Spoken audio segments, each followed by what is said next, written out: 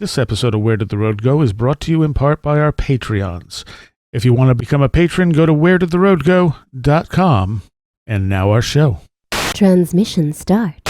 Welcome to Where Did the Road Go? Join us as we wander off the path and explore lost history, consciousness, the paranormal, unexplained mysteries, alternative thought, and much more. We are present on the web at wheredidtheroadgo.com. Now here is your host, Seriah. So welcome to this edition of Where Did the Road Go? And I am here with Ren Collier. Hey, everyone. And Timothy Renner. Hello. For a minute, I forgot your last name. That's all right. I almost gave you a different last name of another Timothy I know. Who does the last exit with me. And for some reason, that's the name that almost just came out. I'll take it.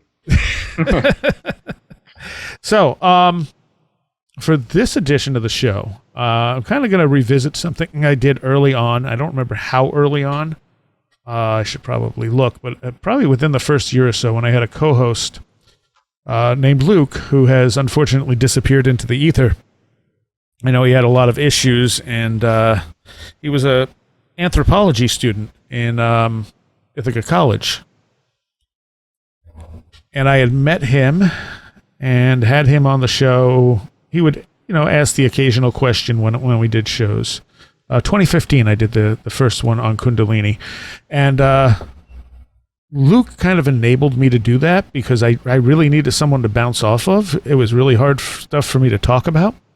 It's a little bit easier for me to get into this stuff now because I've been talking about it for the last few years.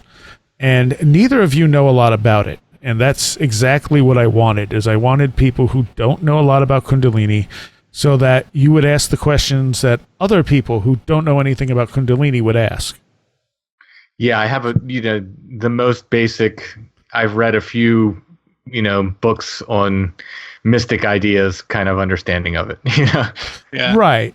And there's a few different things with that. I mean, they're if you look up Kundalini on the internet, most of what you're going to find is the sort of Kundalini yoga stuff, the controlled awakenings, the sort of new agey spiritual type of stuff, and that's fine. There's nothing wrong with that. But my experience with it, and as I've found over the years, a lot of people have had this experience where it wakes up spontaneously and it just damn near destroys you because you don't know what it is. There's no Western concept for this. So you go to doctors, and doctors, look for the obvious physical problems. But there isn't one. It's energy. And so, they don't think like that. So could you start by sort of explaining what the experience is like to kind of give us a frame of reference? Yeah. So it varies greatly. It's one of those things where it's different in every person. Mm-hmm. So a normal Kundalini awakening Kundalini is basically at the base of your spine. So it's just inside your tailbone. Why it's there, I have no idea, but that's where it's supposing in the sort of Eastern view of things, it is coiled serpent of energy that sits down there at the bottom of your spine. Mm-hmm. And as you wake it up, it moves through your chakras up to your crown chakra, in which case it gives you that sense of enlightenment. And it is a very strong energy. It can actually be measured, and you can feel it. That's the other thing I've learned from dealing with other people with it is not only can I feel it in me, but other people can feel it, and I can feel it in other people. It tends to be either very hot or very cold. Now, when you're doing it with the yoga, it's a very slight awakening. You're doing it a little bit at a time and a little bit at a time. When it wakes up on its own, it just blasts up, and at each chakra point, there are potentially blocks, things you're not dealing with. One of two things tends to happen. It either gets stuck there, and then you get sick, or it burns through it, and you basically go through a crisis trying to figure out why all this stuff is in your head. It literally unleashes information, emotions, and things like that. And usually these blocks are not conscious, but there are things you need to deal with. So the more I've dealt with this, the more it's been the more I'm seeing how much it has literally like sort of carved my life out in ways I just never expected. And, but like, okay, so when we're looking at what's sometimes called a morbid awakening, because it's not intentional and it tends to be very unpleasant. And this started for me around the time I was hitting puberty, maybe 6th grade. In that time period, I used to play, it had to be like 5th, 6th grade, because I was playing trombone. And I don't think I did that after elementary school. And I would see, it gives you little hallucinations. So I would see smoke or steam coming out of the horn as I was playing it. And I knew there wasn't. But I was literally looking at it and going, I don't understand what's happening. Like, it was freaking me out. And I would have my mom come in and I'd be like, okay, when I play, there's steam coming out. And I'd play and it wouldn't do it. And then she'd leave and it would do it again. And I'm like, am I going crazy? You know, like, what's happening here? Because I knew there was no steam, but it was right in front of my face. I'd lay down to go to sleep and I'd hear cans rattling. And again, I would call for my mom, who would be like, I don't hear any cans rattling, but it would be loud enough to keep me awake. It sounded like someone was going through the recycling cans outside. And at times there weren't even recycling cans out there. And it was completely random. There'd be nothing for a while, and then suddenly it would do it consistently. And there were probably other little things I don't remember. Those are the two that stick out the most to me. But that was the early onset on it. And then it started causing me intense pain. And for me, it would hit the tailbone, which is the root chakra. And sometimes the chakra, the solar, sort of between the second and third chakra, it would give me a lot of stomach problems. And I went to every doctor there was for, stomach issues. And they would all be like, no, you're perfectly healthy. Great. But I'm not. I'm in pain, And that caused a lot of problems at home because my parents just started thinking I was faking it for attention, but I wasn't. And there was just no concept for it. So some of the other symptoms, and I pulled up this list that is going in my book on this. So things like twitching, cramps, spontaneous movement, it can feel electrical. It can be mistaken for epilepsy, and I'm going to get to that in this conversation too. So not that people who have epilepsy are really experiencing Kundalini, but in certain cases, people might be experiencing Kundalini and it may be mistaken as epilepsy. Pulsating. The pulsating thing can be, it happens a lot to me when I'm trying to go to sleep, and it literally will keep me awake. It's like my entire body just starts pulsing.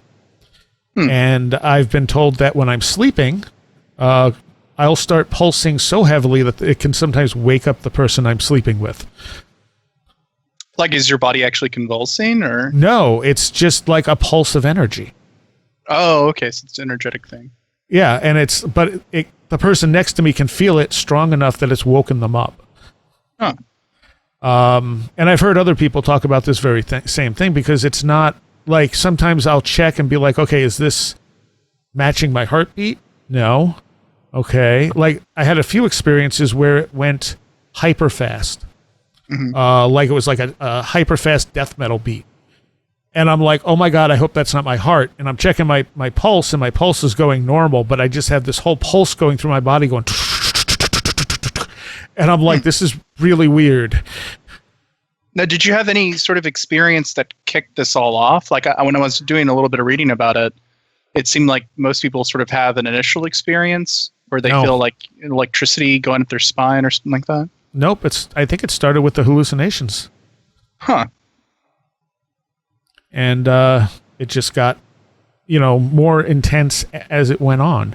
I've one of the other things it can do is cause you to itch, and it's done that to me here and there, and it's awful because like everything just suddenly itches.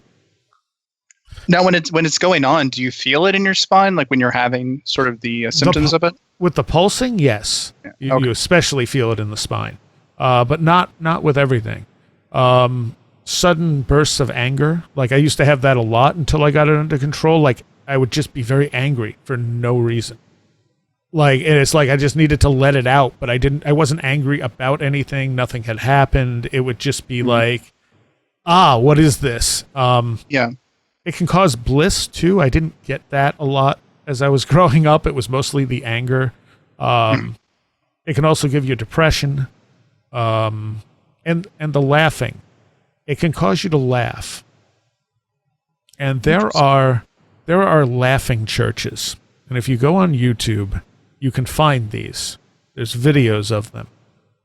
And I have absolutely no doubt that what's happening is the person who's starting it has Kundalini going on. They call it channel. They think they're channeling the Holy Spirit, but that's just another, term for it, basically. But you can pass it on to somebody else, and that's what's really interesting about it. At one point, I had a girlfriend where I started laughing, and I just grabbed her arm, and she started laughing and couldn't stop, and it was freaking her out because there was nothing funny going on. But you're unable to stop laughing. I mean, that sort of reminds me, a long time ago, you guys talked about The Nightmare, that documentary about sleep paralysis, and how one of the guys in that was convinced that he had sleep paralysis spread to him, and that he had spread it to another person because he told them about it or was in contact with them. The laughing, and actually the laughing thing happened to me like 2 days ago. Like, I was just sitting there working on something, and I just started laughing, and there was nothing funny. It's just like I just felt this rush of energy, and I couldn't stop laughing, and I'm like, okay, we're good. And then it just stopped, and I felt fine. But the fact that you can spread it, it's not contagious laughter. Like, if you watch these laughing churches, the guy who starts it will grab a hold of one of the other practitioners, and they'll start laughing, and then they'll grab someone and they'll start laughing. And it's not that, getting giggly because someone else is laughing and and you're tired. It's because it's not a funny laugh. It's just, you just start laughing. Interesting. At the risk of sounding like a materialist, I sort of wonder if whatever energetically is going on is releasing or causing some kind of neurotransmitter change in the brain. Oh, it certainly could be. Like releasing dopamine or something that's causing the laughter. Well, you figure it's electrical in nature. Whatever it is very electrical. So, I mean, it could I'm sure it's interacting with my neurology pretty intensely at times. And I mean, traveling up the spine like that, I mean, instantly just think of the spinal nerve and how that, is sort of the main nerve access for the body. And that goes into the whole electrosensitivity. A lot of people who have this type of Kundalini, like I could touch a computer and just short it out. Luckily, I've gotten that under control since I fix them for a living.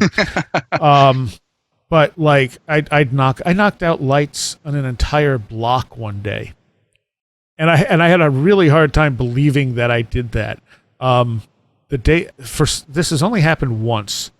I had gotten so electrosensitive that like anything I touched would just give huge shocks off. And I had gone to a radio station to see a friend of mine, and he was one of these people who always shook your hand.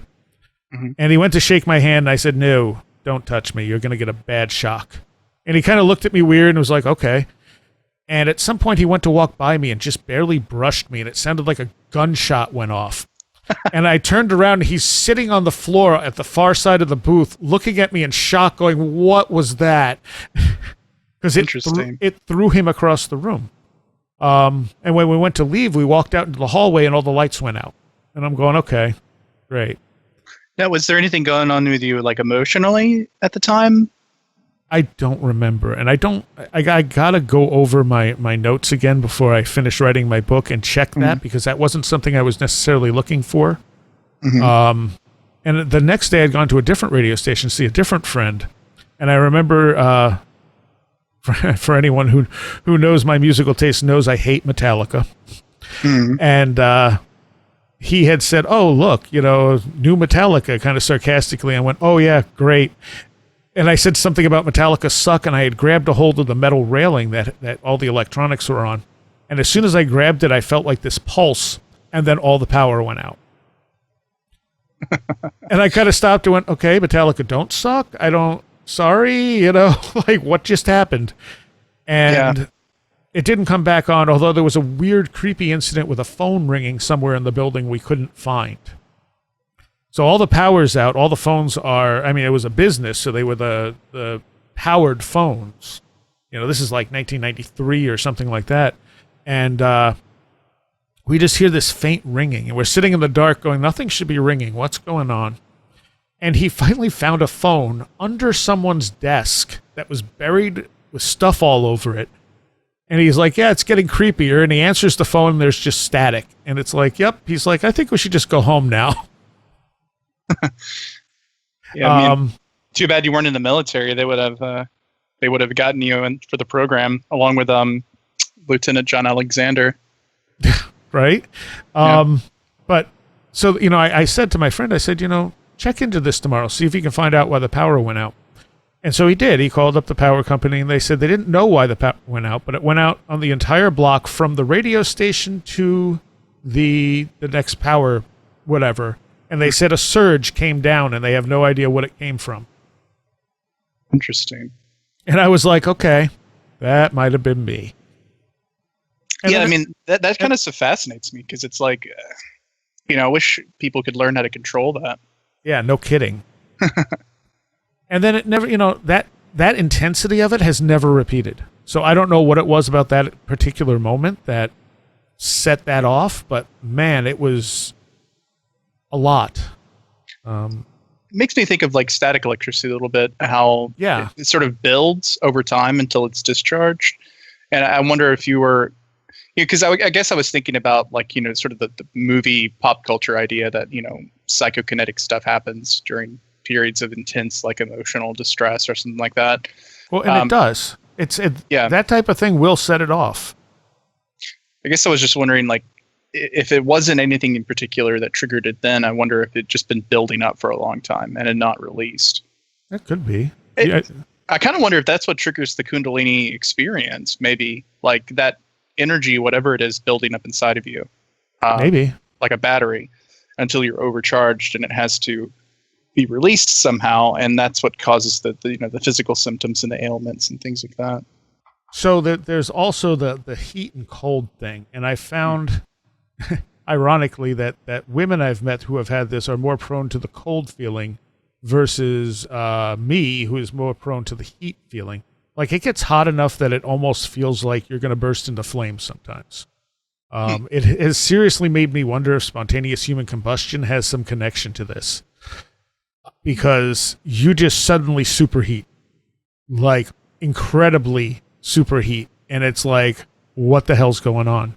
I've walked outside in sub-zero temperatures before and still been too hot. Whereas the people who experience the cold, and I've gotten the cold here and there, it can be 95 degrees out and they're freezing. And it feels internal. It doesn't feel like it's the outside making you cold. You feel like you're cold or hot inside. Well, we were talking about how it could be some sort of buildup of electrical energy or something. And if that's the case, it makes me think about like a light bulb or something, right? If that electrical energy or whatever the energy is doesn't get discharged, perhaps it could cause, maybe it meets some kind of resistance in the body, and it gets resistant enough that it starts to actually heat up. And I've heard lots of people talk about the wick effect with human combustion, but it's possible that it heats you up just enough for your, fat to ignite inside your body. And that's what causes the combustion. It's an interesting angle. I had someone write me after the first show I did on this and said that she knew someone who had this type of thing going on, and occasionally he would get so hot that they would literally see flames spark around his fingers and stuff. Oh wow, that's and that's dramatic. And they would freak out because they were worried he was about to burst into flames. Huh. Now, have you ever checked your body temperature when that's happening to see if it's psychological?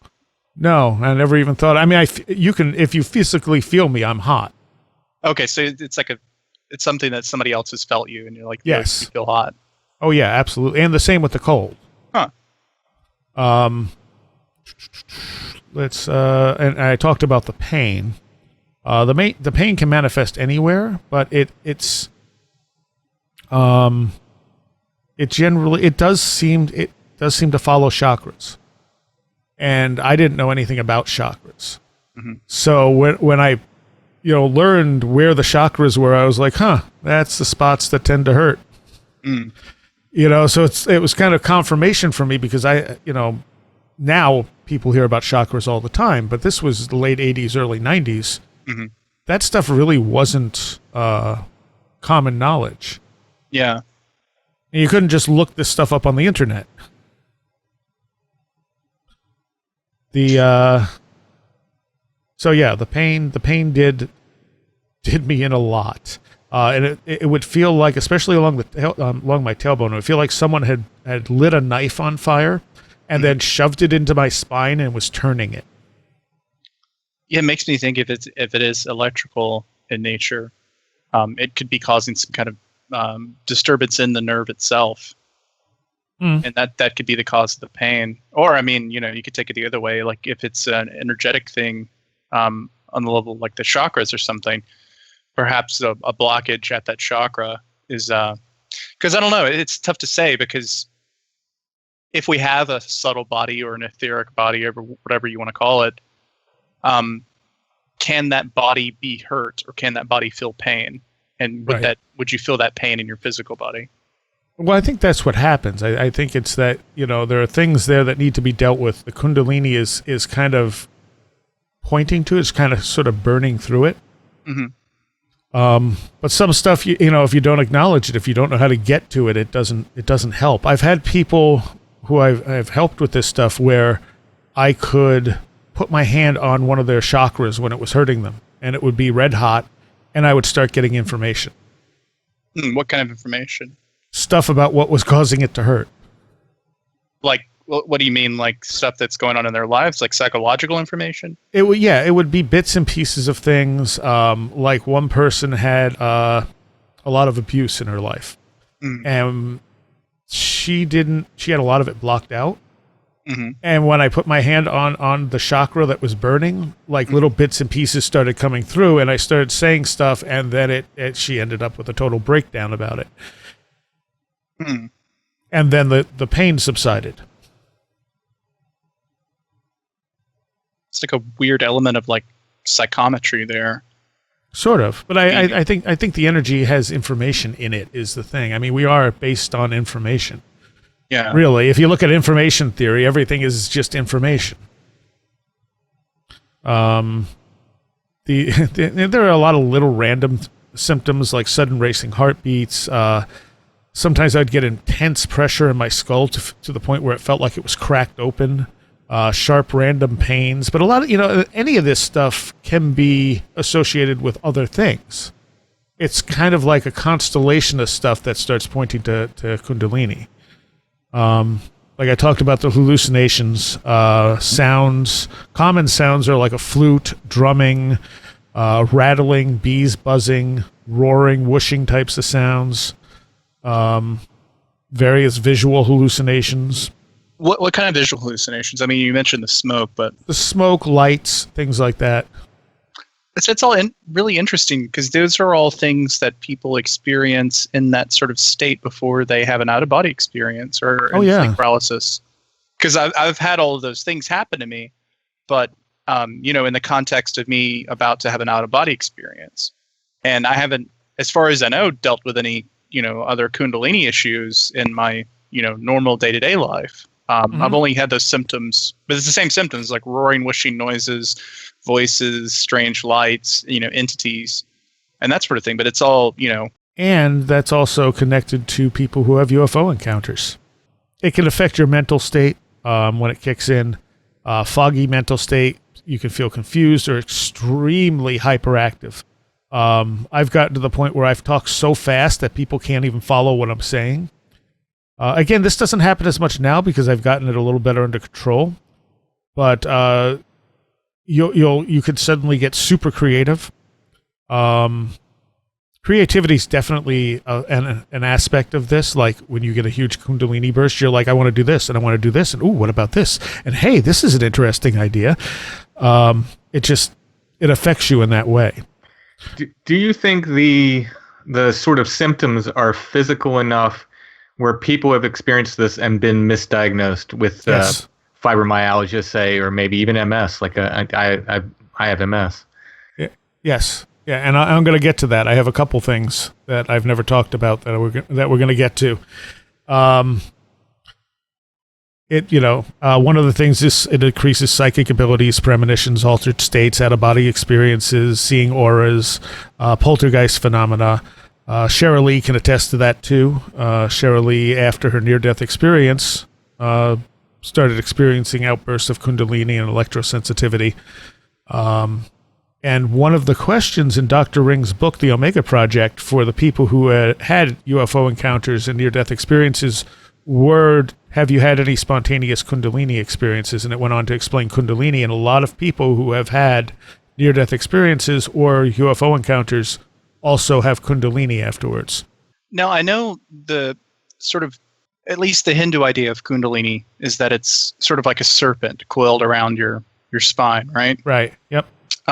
And there's we can go into some of this later. There's some really interesting sort of mythological ideas there.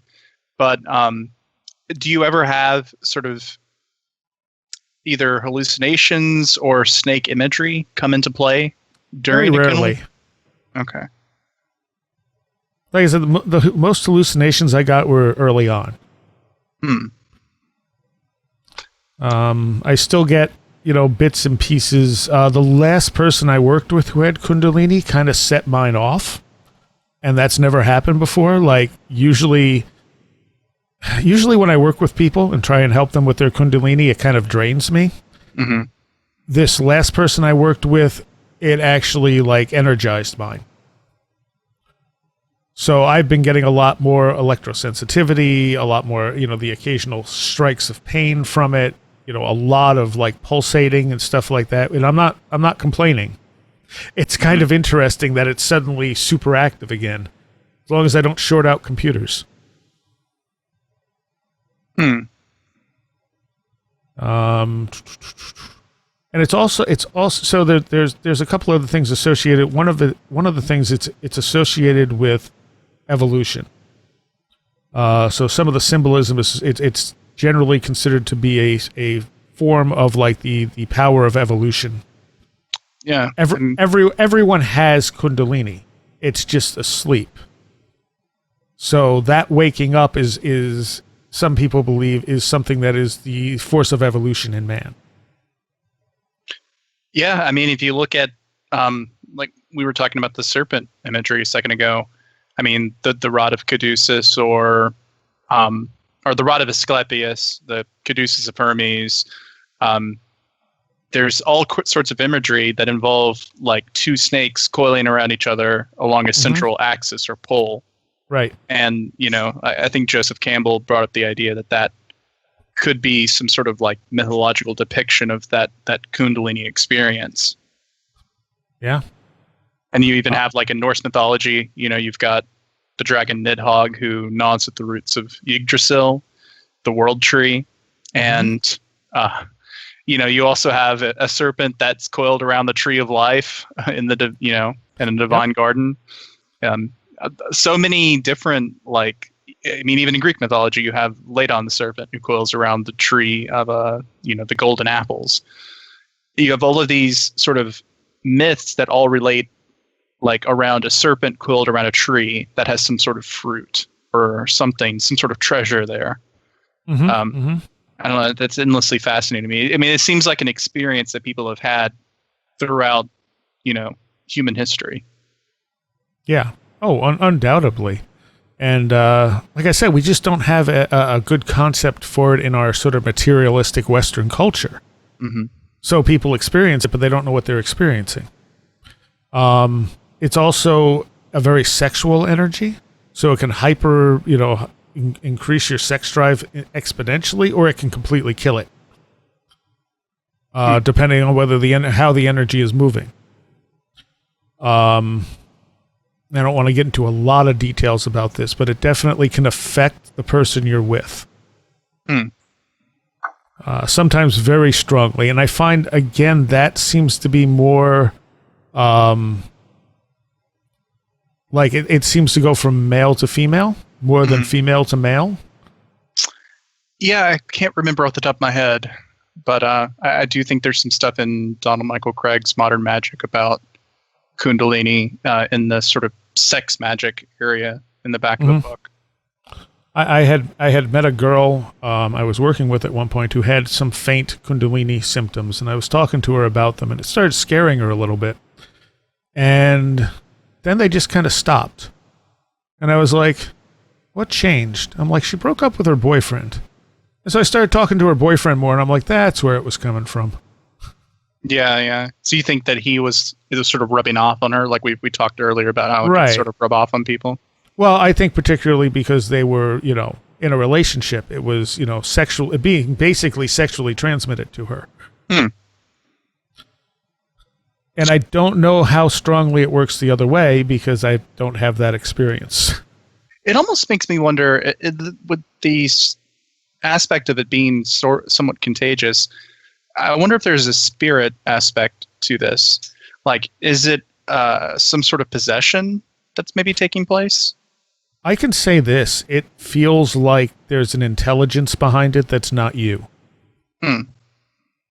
I mean, I would say, like, when I read about stuff about ayahuasca, it has that feel to it. Like there is an intelligence that is driving it. Yeah, because I feel like a lot of these things, that there's long been this sort of materialist explanation for epilepsy being, like possession, an explanation for possession in the past. But it almost makes me wonder if, sometimes it is just possession. And it makes me wonder if this whole Kundalini thing is some sort of spirit interacting with you. And these are the physical symptoms of that happening. Because in a way, you're describing the symptoms of sort of this Kundalini sickness. It made me think of sort of the, soul sickness that a shamanic sort of initiate would go under before they would become a shaman. Yeah, absolutely. And it very well may be a sort of shaman maker, Yeah. if it wakes up right. It's odd because it's like, why does it affect some people and not others? If it's so integral to the human experience, it's been around since as long as we've had myths. So the thing I have found is that most people who have Kundalini have trauma in their past. I don't know why it woke up with me, but almost every single person I have dealt with who had this sort of morbid awakening of it has had massive trauma in their past. Yeah, I mean, I have, and I've said that was probably one of the reasons I initially disassociated and ended up having out-of-body experiences, was because of that. And I know that's a common thing, like Kenneth's ring, encounter-prone personality stuff. And it's well known in therapy that traumatic experiences can cause, they never go so far as to say the kind of stuff we're talking about, but I think it's something that people know about, at least in psychology. Yeah. Any thoughts, Tim? Only I wonder if everyone doesn't have it, but some people unconsciously. I'm saying unconsciously, it's regulated. You know what I mean? Like, so there's a regulator that's like a valve. You know what I mean? That's keeping it either more consistent or mellower, or however you want to phrase it. You know what I'm saying? Right. A slight awakening instead of a massive awakening. Yeah, or maybe just instead of these bursts, it's just an ongoing, very, very slow, continual thing instead of these like bursts of energy, for lack of a better word. And that's what you'll get if you successfully do the Kundalini yoga. It's a slow, consistent rising of energy, but it's at a manageable rate. You're waking it up just a little bit. The other side of that, I think, is I'm sure some people, like, willfully, and again, maybe unconsciously, but willfully block it at whatever, if we're thinking in terms of chakras, at whatever chakra that they've had enough. You know what I mean? They just willfully, like, no, Nope, not for me, not right now. So, since we were talking about epilepsy, I had Gwen on talking about her experiences a couple of months ago, I think. Mm-hmm. And, she's had a bunch of stuff, but I think it was actually from listening to the show I did on Kundalini, she realized that this is in part what she was experiencing. And we had talked a bit about the epilepsy thing. And she had an incident where she had a cat sort of wake her up. I don't know if either of you listened to that show. But basically, she encountered a cat when she was around 12, and the cat didn't seem like a normal cat, and like it changed her when she like interacted with it. And I was saying that sounds like a spirit encounter to me. Yes, and that's exactly what it sounds like. But what she found out afterwards is that up until that point, she had been diagnosed with epilepsy.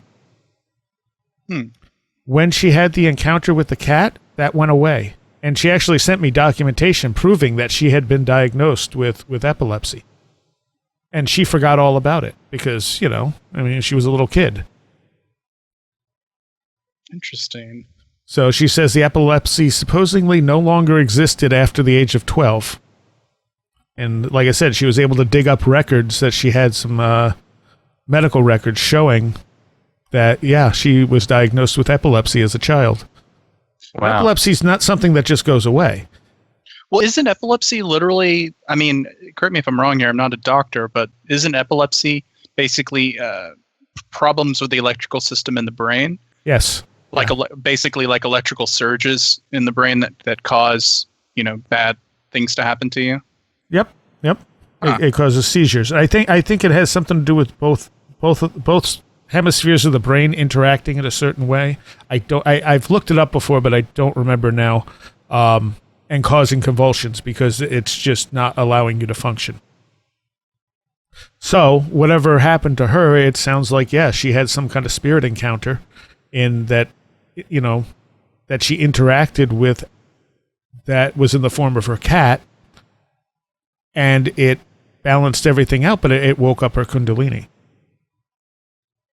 Or the Kundalini was already awakened, and that, shifted it enough that it no longer was resembling epilepsy. Mm-hmm. So, as far as epilepsy goes, it's definitely that. That really was fascinating when she wrote me that. You almost wonder at some point. If the Kundalini experience is causing electrical problems in the human body, it's the epilepsy diagnosis isn't wrong. It's just the Kundalini that's causing the epilepsy. Right. And if you can get the Kundalini under control, then the epilepsy can go under control better. Yeah. As far as other things like that, and this one, and I don't want to get into people's personal details, so I'm going to be very vague about things. Mm-hmm. There was one girl I was seeing who, because of certain physical problems, could not have children. Mm-hmm. Her Kundalini was massively out of control. She had massive abuse. She was one of the people who I could put my hand on her chakras when they were burning, and I would get information. Gotcha. Yeah. And she would short things out. Like if she got upset, things would just stop working. She had burned out an entire electrical panel above her at work because she had gotten upset with her boss. If we were in the car and we started to get into a fight, the car would just stop. Yeah, no, I think you mentioned that story before. Yeah. And it would just quit, and the mechanic would look it over and be like, I don't know what's wrong with it, and then like a day or so later, it would just run again. So, there's that out of control electrical issue. If we had one laptop that we would share, mm-hmm. and if I handed her the laptop or she handed me the laptop, it would stop working. So there was something there, but the interaction of our Kundalini, whatever happened, fixed her physical problems. She went through a whole period of she had some weird things happen. So she had some weird health things go on, and she went to the doctor, and the problem that was preventing her from having kids wasn't there anymore. And the doctor's going, well, you must have been misdiagnosed. And she had been trying to have kids previously, and couldn't. And that's how they found out about it. So, she's like, no, I wasn't diagnosed wrong, but okay. And she went on after we had got broken up. She went on and had a kid. So whatever the Kundalini did, it changed a physical part of her. Something that shouldn't have been able to be fixed. So whatever it is it's, if we're talking about the subtle body, then it's the subtle body defining the physical body. Right. So as her Kundalini issues, as her blocks started to unlock, it fixed issues. And more recently, I had met somebody who, the same person that supercharged my energy, also has had pretty much a lifelong physical issue.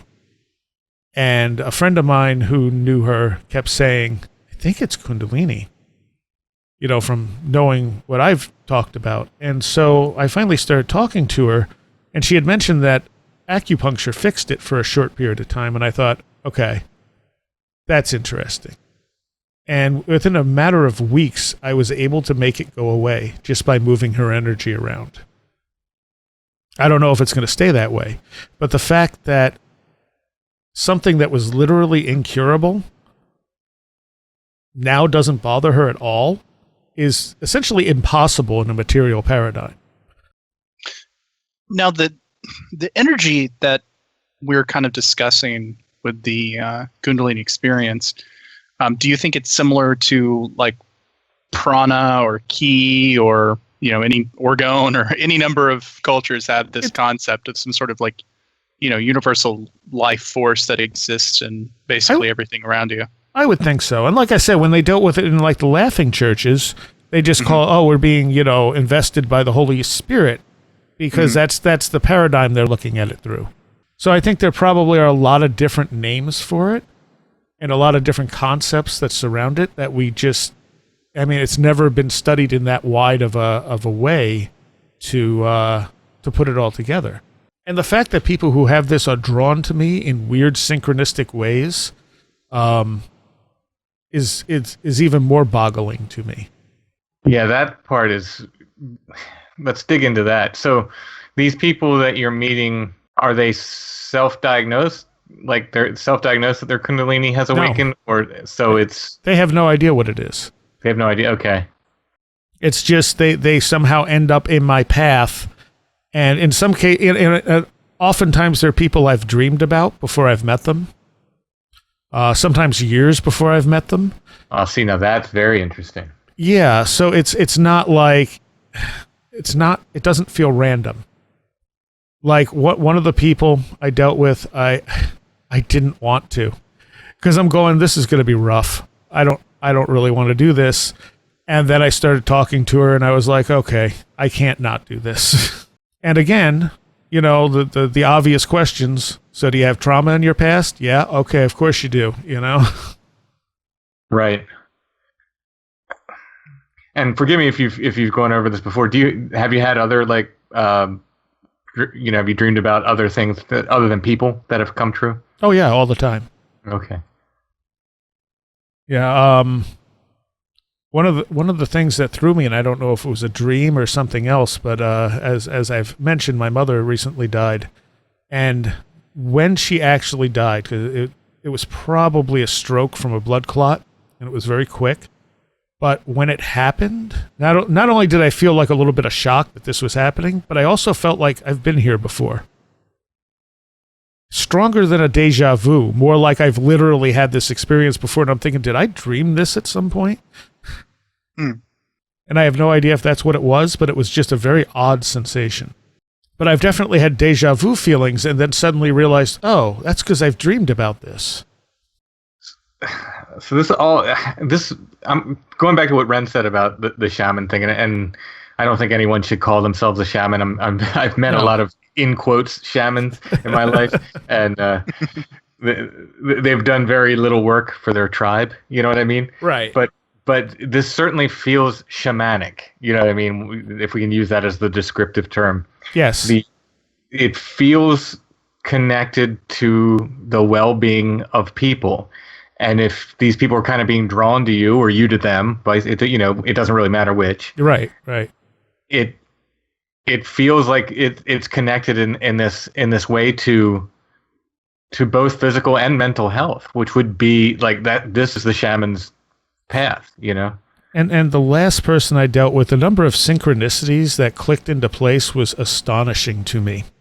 Yeah, and to me that's always like one of those signposts. When the synchronicities start clocking in, it's like you're either on the very much the right path, or you're on the path to something crazy is going to happen real soon.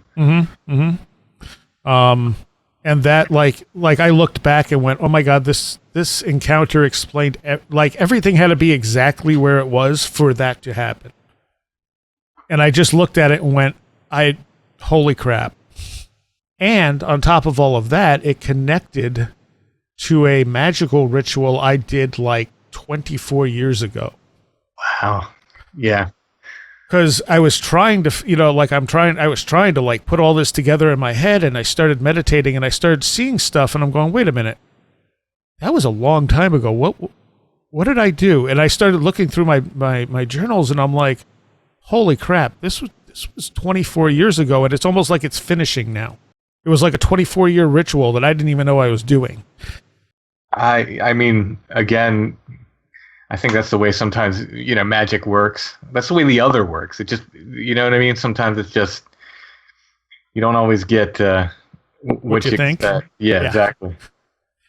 And that wasn't like, when I did that initially, was not something I totally understood. It was kind of something I was led toward doing, and I just said, okay.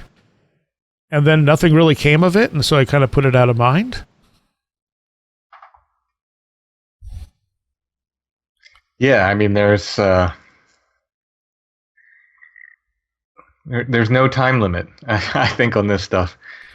Well, I don't think it functions within our time scale. Right, exactly. Yeah, I think that's a much better way to put it. Or this stuff is just planned out way more than we realize. I prefer the previous, but the latter is creepy. Well, I honestly think that we do plan some of this stuff out. I think we can go against it. I think we can. Oh, you mean ourselves? Yeah, So not a greater power, No, I think we ourselves probably plan some of this out. Okay, I can I can see. Yeah. You have, as much as I don't trust the past life regressions, but I thought it was interesting whenever people would be progressed between lives, and they would see themselves planning out their lives. And I'm thinking, that wouldn't surprise me. Huh. It's an interesting idea. And I think when you're getting lots of synchronicities, it's because you're on that path. I sort of wonder, too, I've been thinking about this a lot lately, that maybe there are quote-unquote higher powers guiding things along or influencing things or causing synchronicities. But it's less like, an omnipotent God doing it, more just sort of the influence of the spirit world on our actions. Like that there are various factions of spirits or individual spirits that sort of have, plans. And since time doesn't really mean anything to them, sometimes these plans might span centuries. I mean, I immediately think of sort of, the Enochian Angels of Empire thing, with the idea that this group of spirits decided that they wanted to build a British Empire and sort of influence the course of events in history, help defeat the Spanish Armada, and did all of these things to pave the path for that, and the influence of spirits on, like, say, the space program, for instance. Yeah. It makes me wonder if it's less like fate, and then that you have some sort of, divine destiny, but more like we're just constantly being messed with, by forces that we can't readily perceive until they want to talk to us. Yeah. And people are always ready to listen, And like, especially with this last person I dealt with, like, not just the synchronicities, but I almost felt like because all this tied into so long ago, I was kind of like, what? It literally just blew my mind. And that's not something that happens very often. I just sat there in awe looking at some of this stuff going, how is this even possible? I mean, these are vast time periods. There had to be some kind of plan behind it, and it wasn't my plan. But to put me in the right place at the right time, you know, in numerous spots in my life that this particular thing happened. And it was a short thing. Like, I didn't deal with her very long, but because, like I said, just the connections back and forth through time were just kind of like astonishing. And it's like, okay, this is not chance. There's no way this stuff can be attributed to chance. What's behind it? I don't know. Whether it be me, whether it be Kundalini itself somehow orchestrating this stuff, or like you said, just the spirit world in general. Yeah, exactly. And in controlling it, I mean, a lot of people have asked, you know, how to control it. It seems also to be very, very individual. Usually there's stuff people aren't dealing with. And when they dig down, they start investigating that stuff, it starts behaving better. You know, doing things like meditating and stuff tend to help it. I found out about it. I always thought I found out about it from Fate magazine, and I sort of did. They had run an ad in Fate magazine for, I wonder if I wrote down what it was, because I no longer remember. It was just some newsletter, basically. And I had, I don't think I have it written down. I had picked up this newsletter, like it was a free, you know, in the back of Fate magazine, it's like, oh, hey, you know, order this newsletter, and I got that. And in the newsletter, I think it was from Llewellyn, actually. And it had a book called Kundalini and the Chakras in it. And it's talking, you know, they had a little article about it in the newsletter, and I'm flipping through it, and I'm going, oh my God, this is everything I'm experiencing. So I immediately ordered the book. And it, you know, it was a little bit of a new age sort of focused book, but it was enough there to teach me how to interact with it a little bit, how to label it, so I understood, you know, what was happening to me. And then I started just going to the library and pulling out books on Kundalini. I think one of the more interesting ones was a compilation by John White called Kundalini, Evolution, and Enlightenment, because it was a collection of articles from different authors, some of whom also had like this morbid awakening. But like when you look at it online, you don't find a lot about this, the sort of morbid awakening. You get the sort of new age yoga meditation sort of stuff. You don't find a lot connecting it to the way it woke up in me and the way I've seen it wake up in other people. I went to, before the show, I was looking at YouTube and just looked up, like, you know, Kundalini experience, and there's a lot of just like, you know, awaken your Kundalini, like, yeah, and it's a lot of like you said, a lot of new agey kind of stuff. Like, I watched one video where a guy was like, I was doing mushrooms and I was listening to music and I just like felt my Kundalini explode, man. And it was just, and it was a lot of stuff like that. And now it's kind of like, this isn't helpful. This isn't what I'm looking for. And that's the thing. It doesn't feel like a spiritual experience when it starts. You know, that's the other thing. You're not feeling enlightenment. You're feeling pain. You know, I was interested if this does have something to do with some sort of life force or ki or chi or whatever. Have people who've had these Kundalini experiences ever experimented with doing things like acupuncture, like medicine that's specifically designed to regulate, you know, energy within the body? Well, like I said, the last person I worked with got acupuncture, and it helped her for 6 weeks. Okay, so it did help, but it was just temporary. Right. And I don't know if what I did is going to be permanent. It's lasted a while now, but I don't know that she really dealt with the things that were causing it. Yeah.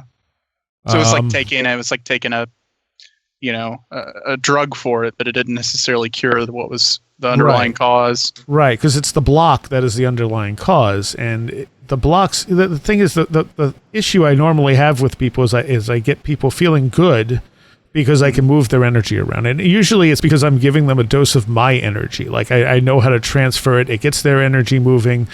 They're no longer in pain or, feeling as bad as they were, but they don't want to deal with what's caused it in the first place because it's usually deep stuff. Mm-hmm. It's stuff no one wants to deal with. And when you're hurting, it's one thing. But once you're not hurting, you're going, well, I don't want to deal with that now, Yeah.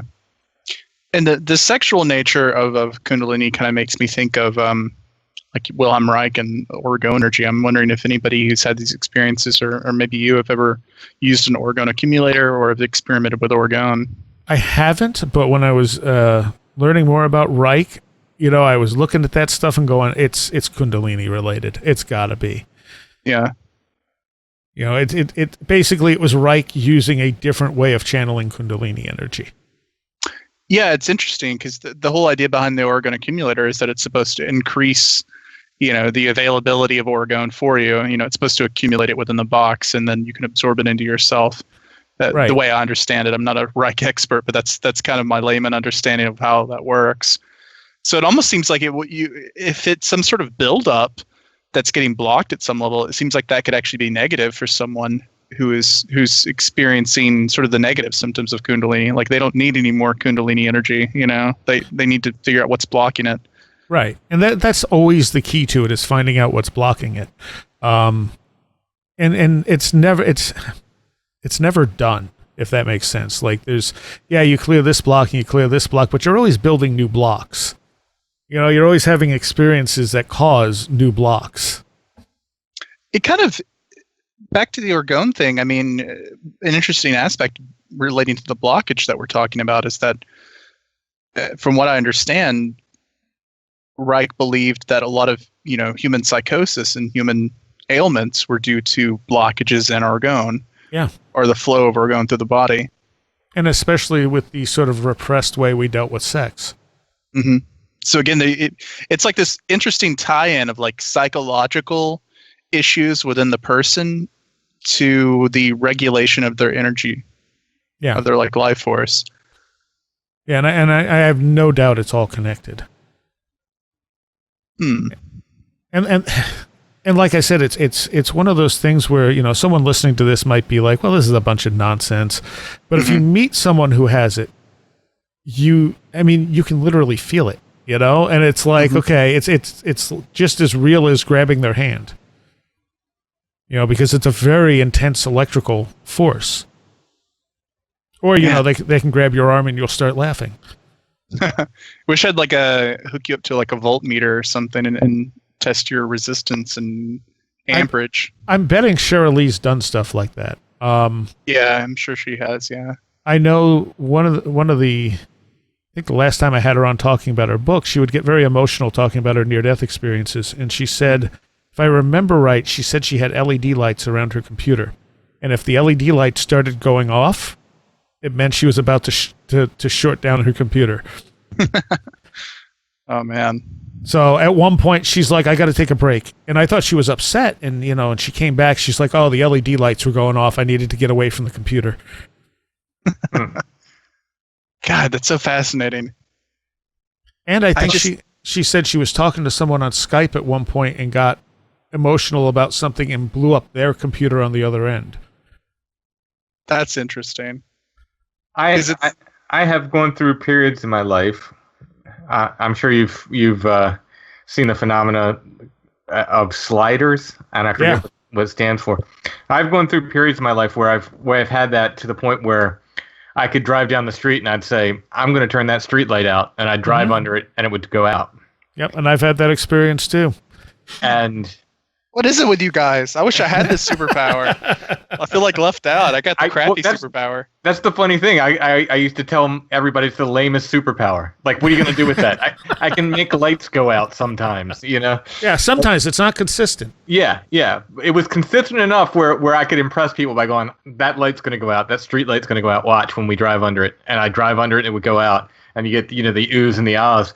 But, it wasn't consistent enough where I could apply it in a ninja-like fashion. Yeah. Well, Tim, I'm not suggesting that you try this, but the human heart is regulated by an electrical current. Mm-hmm. And I just wonder if somebody who knew how to harness this kind of stuff could make someone have a heart attack. See, that's the thing. It would come in like storms, almost like it would happen for maybe a month, maybe 2 weeks. I don't know, maybe 3 months, and then like here lately haven't noticed it, but it would definitely come in periods like that. Now, at the time, I wasn't making note of anything else that was going on. I don't know if it was connected, to some blockage, as Seriah was saying, for lack of a better word. I'm sure I have plenty of those, by the way. there's a lot of stuff that I haven't dealt with. But yeah, I mean that it just makes me think of all this when you talk about these electrical issues, like because it was very, very interesting. I remember there was certain streetlights when I lived at the my other house where I could almost, for 3-4 months at a time, I could almost predictably tell you, like I'll drive under and say, I'm going to turn that light up, and it would go out. And I jokingly call it the lamest superpower. What are you going to use it for? Shooting freaking lightning bolts out of your hands. Now that would be cool. Yeah. So the other thing, and I associate this with Kundalini as well, I'm a very non-violent person. There have only been really only one fight I've ever been in my life. And I tried to avoid being in that fight for a while before the person just wouldn't stop. And but the first incident where I think this stuff ever hurt anyone, I was probably, I don't know how old I was, and I did not know about Kundalini at the time. I was just experiencing all this stuff. My dad had gotten really drunk and I'm pretty sure he was bipolar, because you never knew what you were going to get talking to him. Mm-hmm. He could be like the nicest person in the world, or he could be the biggest a-hole you ever met. And so when he drank, that tended to lean toward the a-hole part of him. Mm-hmm. And he had come into my room one night and just started freaking out at me. And I told him to leave me alone, so he attacked me. And my response was just to put him in a headlock. Now, he was twice my size. And one of the things I've always noticed is that I'm way stronger than I ever should possibly be. I'm frighteningly strong. And it's not like muscle. It feels like energy. And I headlocked him. And I had noticed that, like at one point where my knee was, I could have just lifted it and hit him in the crotch and stopped him. But I said, I'm not going to do that. I'm not going to hit him. I'm just going to restrain him. And maybe a day or so after this, he had this huge black welt on his inner thigh. And it was right where my knee was when I was when I had looked down and thought if I just raised my knee, it left him bedridden for 3 months. Doctors had no idea what it was. It looked almost fractal-like. So it was like this circular black mark on his inner thigh that just spread out almost like, I don't know how to describe it. It's like nothing I've ever seen before. The doctors had no idea what it was, but it made him extremely sick. And eventually it healed up and went away, and I didn't think much of it until his my grandmother, had said something like, I wonder if that happened when, you two got to that fight. And I thought, oh my God, my knee was right there. And I was obviously angry. I just wasn't going to hit him. I don't tend to do that. When someone attacks me, I tend to restrain them because I can. And I figure that's the better option. But I had one guy, through a misunderstanding, attack me a number of times. And finally, he tried to throw me down a flight of stairs, and I finally just got sick of it, and I started punching him. And he also got all these black welts all over his chest where I hit him, and got very, very sick. And after that happened that time, then I knew what Kundalini was, and I was going, am I disrupting these people's energy field? Because obviously I'm very emotional when this is happening. And if that energy is, hyping up, it could be seriously damaging them. You know, it could just be a disruption in the energy field because the same black marks were present. Yeah, that's fascinating. It's a little scary too. Yeah, for all my JoJo's Bizarre Adventure fans, I think Seriah should tell us that he has a stand. Huh? You're not gonna get that reference. Don't worry about it. Not at all. You know, on the same, like Tim, did you get into a lot of fights when, or are you a fighter? I likewise would try to avoid it. So there was a couple, you know, but mine tended to be like the most vicious fight I ever got in. I was defending another kid who was like being picked on by these bigger kids, and like I took a lot of abuse, you know what I mean, myself, and I was fine with that. I was the youngest of 6, so I was used to, verbal abuse, whatever. I was the youngest of 6 kids. I got plenty of that at home. So, but this kid was in tears every day, and I honestly got tired of seeing it, and one day I lost it. But that was the only one where it really ever lasted very long, and that was not good for the. I'm not saying I'm a great fighter. I happen to win that one. see, I think this is why y'all have cool electro superpowers and I don't, because I was a rough lad.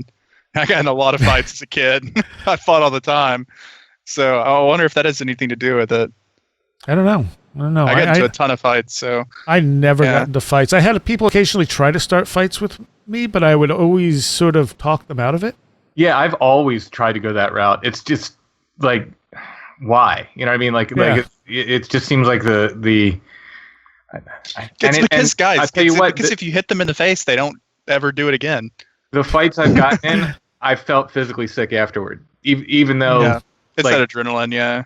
Like I won, the term, it was actually on the school bus where it happened, and the term my friend used was superhero punch when I hit this guy. and I had, I'd been in karate and stuff, so I knew how to throw a punch, but it was I decidedly won it, and I felt completely sick afterwards, to the point where I was like, I don't ever want to do that again. I would, even in karate tournaments, I would feel sick in the tournaments. I never wanted to do the fighting there. I mean, again, not to brag, I was in the karate school I was in, I was the youngest person and the lowest belt level ever to score what they determined to be a kill in a match. They basically, if the kid wasn't wearing pads, they said I would have broken his ribs into his lungs, he'd be dead. Wow. And so it's not like I was lost or getting beat up, but I hated it. I hated going into those competitions. I don't like the idea of hurting people. I don't like the idea of fighting at all. It makes me sick. I like Seriah said, I'd much rather, try to talk my way out of it, even if I look like a wimp or something else. I'd much rather, I'll take that hit, and look like the coward, as opposed to getting into a physical confrontation. I've also, I've let people hit me. That's how I've stopped a fight, because I just let them hit me, and I kind of know how to take a punch, but it just doesn't tend to it takes a lot to do any damage to me. So when someone punches you and you just kind of look at them and be like, why'd you do that? that tends to end it pretty quickly. They don't hit you again, because now they're a little freaked out. But you see, Tim, I love the fighting, man. I was like, I was in karate too, but I loved it. I loved fighting. I loved getting hit. I wasn't like a great fighter or anything. I mean, I lost plenty of fights as a kid, and I won some, but it was not something that I was ever had any hangups about. Yeah, no, see, not me. I did not like it. Did not. Yeah. Now, like the katas and the kumites, I loved it. I love doing that stuff. But when getting into the actual matches and stuff, I'd always be sick. Running to the bathroom before and after, and real world stuff's the same way. It just makes me sick. I don't know why. I just I don't like the idea of it, and I'll do what I can to avoid it. I mean, I had to cut it out when I got older, because it's I don't want to go to jail. I don't want to get arrested and or really, because I don't want to hurt somebody. It was never about hurting people for me. It's just the rush of it. I mean, like Seriah said, letting people hit you. That used to be my party trick. Is I would be having a party and I would see I would dare someone to try to knock me out, and I'm happy to say to this day I've never been knocked out.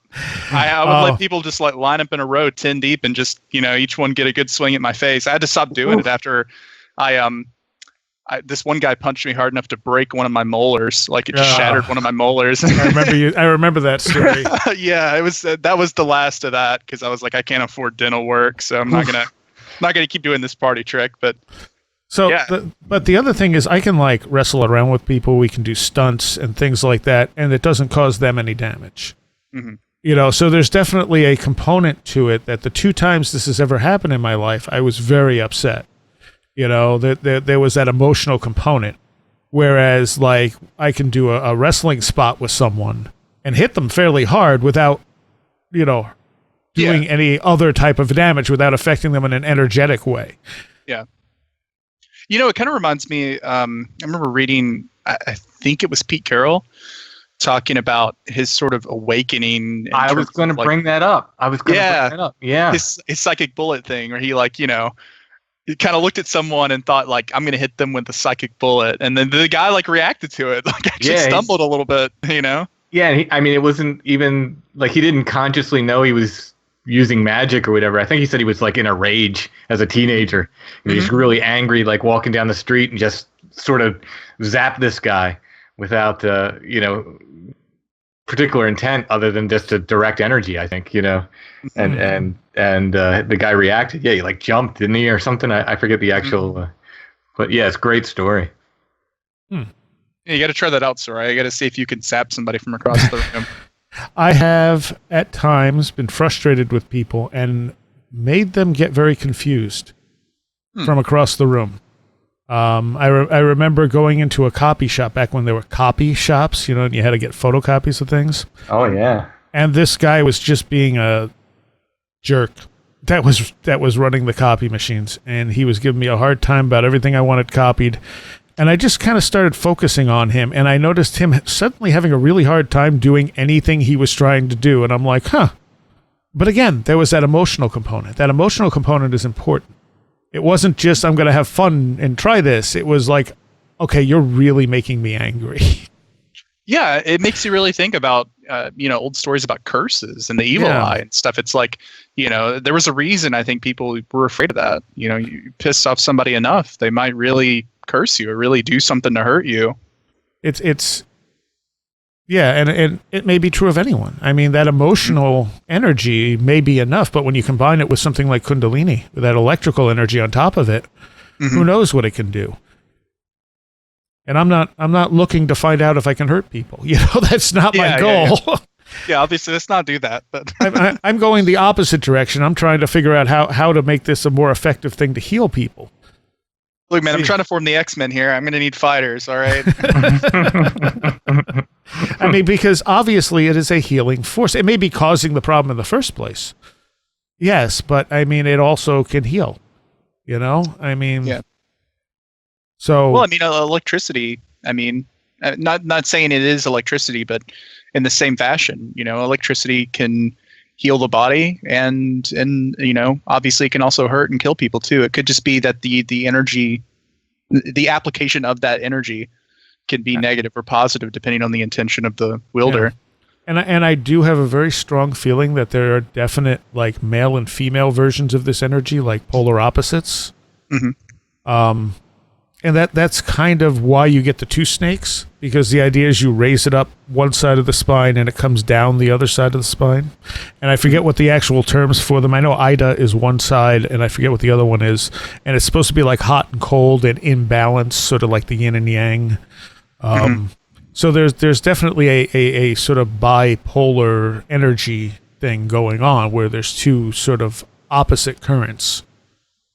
Well, yeah, I mean, recently I've been going to the OTO lodge and studying Thelema and stuff, and that's one of the ways that my mentor there kind of explain what they mean by sex magic. When they say sex magic, they're not talking about, it can be people having sex to do a ritual, but in a more sort of broad sense, it's about working of opposites. Exactly, union of opposites working with the two polarities of energy. Yeah. Because according to, like when you look at the tree of life and stuff, the separation of energy comes below the abyss. Like above a certain point on the tree of life, there's no separation. There's just oneness. Mm-hmm. And our phenomenal world needs that separation, that contrast to exist. Mm-hmm. Because you need an other to be something different. Yeah, and I think it throws people off when you say like male or female, because it gets wrapped up in a lot of socio-cultural ideas, about what men and women are. But it like you're right. There are sort of two sides to it. There are different polarities of energy. Mm-hmm. But and I found that everyone who has ever been drawn to me with this stuff has been female. I've never dealt, like I met the one guy who had it, but it didn't seem to be bothering him, Yeah. And I didn't feel any urge to need to work with him. So it's always been a male-female sort of thing. Now, do the women that are involved with it, do they typically have guys approach them? Is it like same the other way around? I see. That's what I don't know. The powwow, the Pennsylvania folk magic tradition, was traditionally passed, and it had nothing to do with sex. It was just always passed from male to female and female to male. So if you wanted to learn, you would go, and you're a woman, you'd find a male teacher, usually someone in your family, and it had nothing to do with sexual intercourse. Right. It was the transmitting of information, and it was always done, female to male or male to female. Is there a justification for that in the system? Do they ever talk about why they do that? Not to my knowledge. I mean, I'm sure people have theorized on it, but it's one of those things. It's folk magic, so you get a lot of that's just the way it's done. Yeah. Like I'm reading or I'm listening to an audiobook of A Wizard of Earthsea right now, and that's sort of a big thing in that book so far. There's sort of men's magic and women's magic, and sort of both sides of it sort of sneer at the other. What kind of reminds me? I mean, it's like the opposite of that. Yeah, they're learning the same things, but it was just something about the transmission of the information was supposed to go generally male to female, female to male. In fact, Allison's mother, my wife's mother, she interviewed a bunch of local powwow people in the 70s. She was in college and she was doing some kind of sociology project on it, and she interviewed a lot of these people. And I have all the tapes, which are completely wonderful. I've been digitizing them. But the one powwow doctor she went to, and in the course of the tape, she's interviewing him about these practices.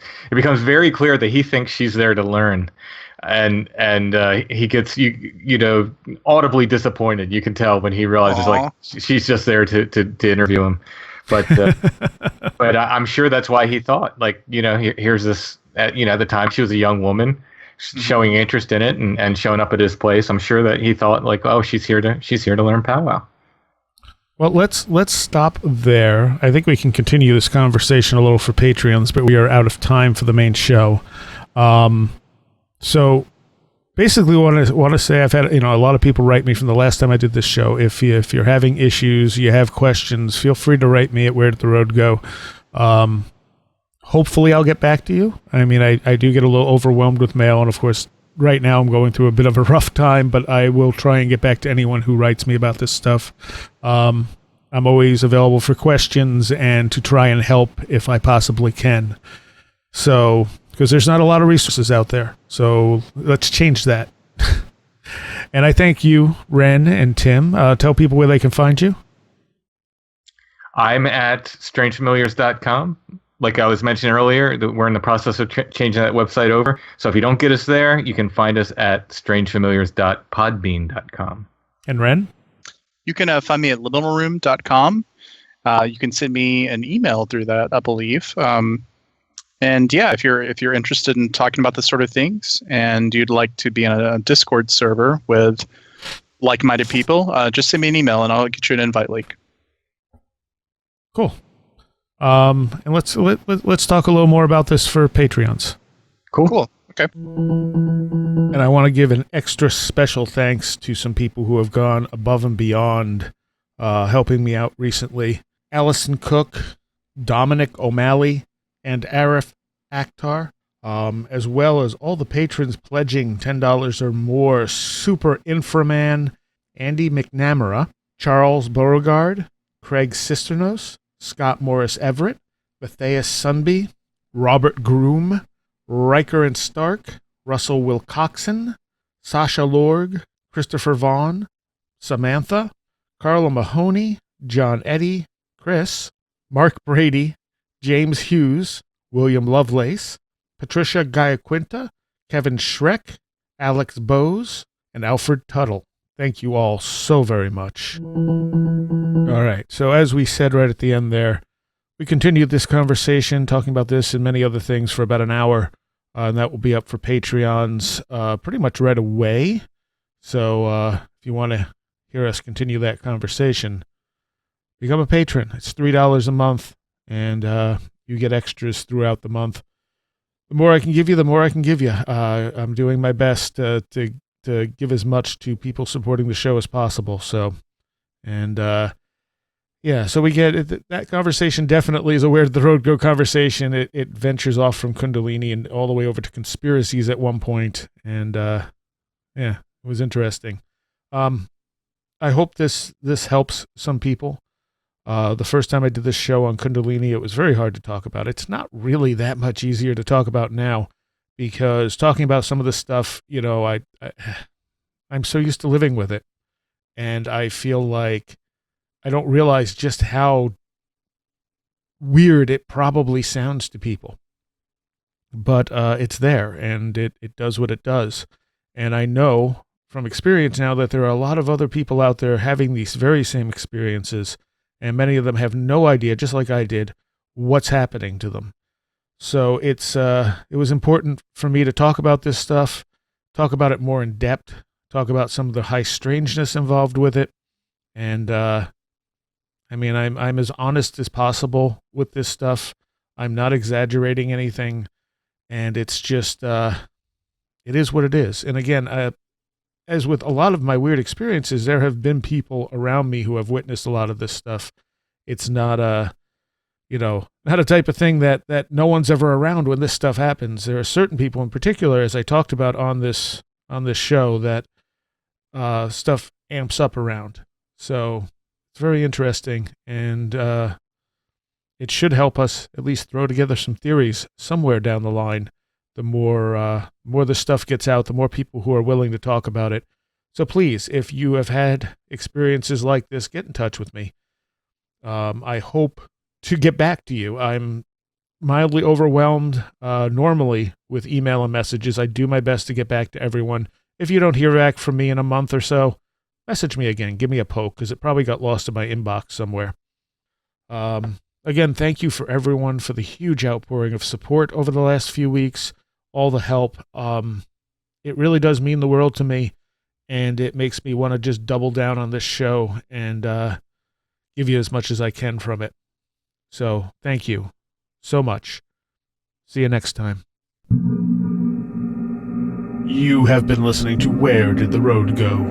This show is made possible in part from our Patreons, and we thank you and everyone listening for helping us continue this exploration of the strange. You can always find everything Where Did the Road Go related at www.wheredidtheroadgo.com. And thank you so much for your support.